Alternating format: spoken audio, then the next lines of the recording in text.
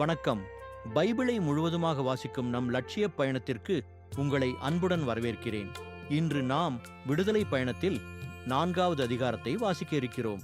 இதுவரை நாம் மொத்த நூல்களில் 4.45% நூல்களை வாசித்து முடித்துவிட்டோம்.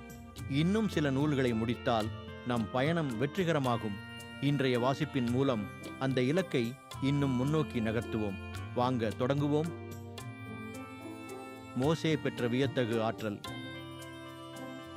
மோசே மறுமொழியாக, இதோ அவர்கள் என்னை நம்ப மாட்டார்கள், என் பேச்சை கேட்கவும் மாட்டார்கள், ஏனெனில் ஆண்டவர் உனக்கு காட்சியளிக்கவில்லை என்று சொல்வார்கள் என்று கூறினார்.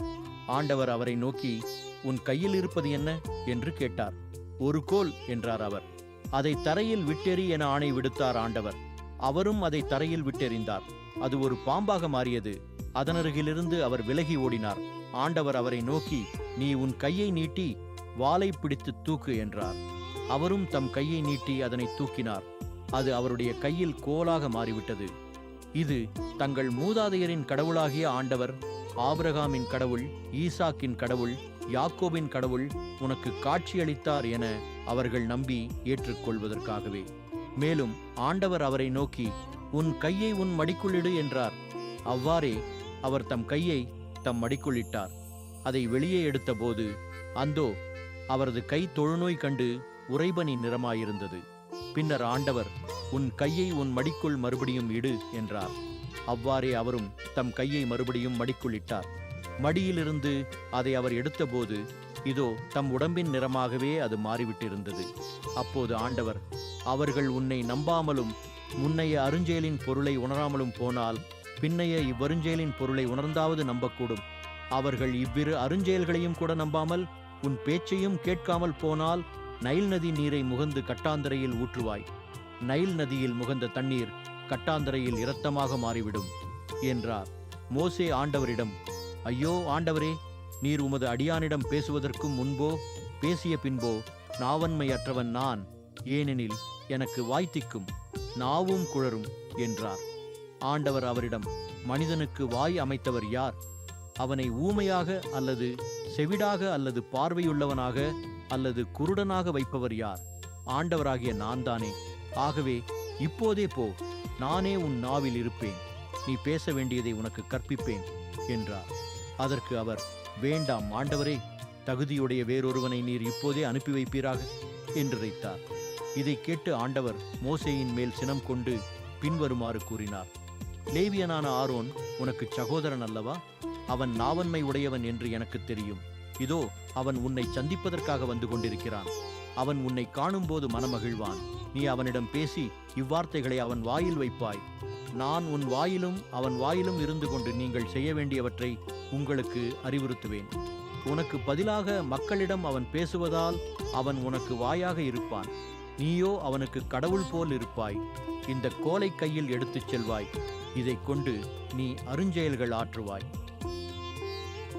மோசே எகிப்திற்கு திரும்புதல். மோசே தம் மாமனார் இத்திரோவிடம் திரும்பிச் சென்று அவரை நோக்கி, எகிப்தில் உள்ள என் இனத்தவரிடம் நான் திரும்பி போகவும் அவர்கள் இன்னும் உயிரோடு இருக்கிறார்களா என்று பார்க்கவும் வேண்டும் என்று கூற, இத்ரோ மோசேயை பார்த்து, சமாதானமாய்ப் போய் வா என்றார். மிதியான் நாட்டில் ஆண்டவரும் மோசேயை நோக்கி, எகிப்திற்கு திரும்பிப்போ, ஏனெனில் உன் உயிரை பறிக்கத் தேடியவர்கள் எல்லோரும் இறந்துவிட்டனர் என்று இறைத்தார். எனவே மோசே தம் மனைவியையும் தம் புதல்வர்களையும் ஒரு கழுதையின் மேல் ஏற்றிக்கொண்டு எகிப்து நாட்டுக்கு திரும்பிச் சென்றார். கடவுளின் கோலையும் மோசே தம் கையில் எடுத்துக்கொண்டார். ஆண்டவர் மோசேயை நோக்கி பின்வருமாறு கூறினார். பார், நீ எகிப்திற்கு திரும்பிச் சென்றபின் நான் உன் கையில் ஒப்படைத்துள்ள எல்லா அருஞ்செயல்களையும் பார்வோன் முன்னிலையில் செய்து காட்டு. நான் அவன் இதயத்தை கடினப்படுத்துவேன். அவன் மக்களை போகவிட மாட்டான். நீ பார்வோனிடம், ஆண்டவர் இவ்வாறு கூறுகிறார், இஸ்ரவேல் என் மகன், என் தலைப்பிள்ளை, நான் உனக்கு கூறிவிட்டேன்.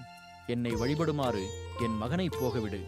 அவனை அனுப்ப நீ மறுத்துவிட்டால் நானே உன் மகனை, உன் தலைப்பிள்ளையை வெட்டி வீழ்த்தப் போகிறேன் என்று சொல்வாய்.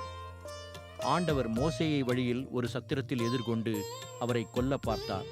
அப்போது சிப்போரா ஒரு கூரிய கல்லை எடுத்து தன் மகனுக்கு விருத்த சேதனம் செய்து அதை கொண்டு மோசேயின் பாதங்களை தொட்டு, நீர் எனக்கு இரத்தமான மகன் என்றாள். பின்பு ஆண்டவர் அவரை விட்டு விலகினார். அப்போது அவள், விருத்த சேதனத்தின் வழியாய் நீர் எனக்கு இரத்த மணமகன் என்றாள். இதற்கிடையில் ஆண்டவர் ஆரோனை நோக்கி, மோசேயை சந்திக்க பாலை நிலத்திற்குப் போ என்றார்.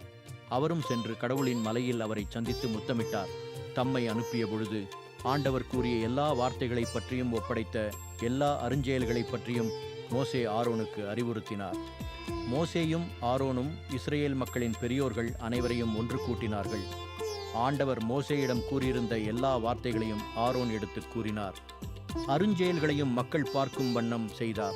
மக்களும் நம்பினர்.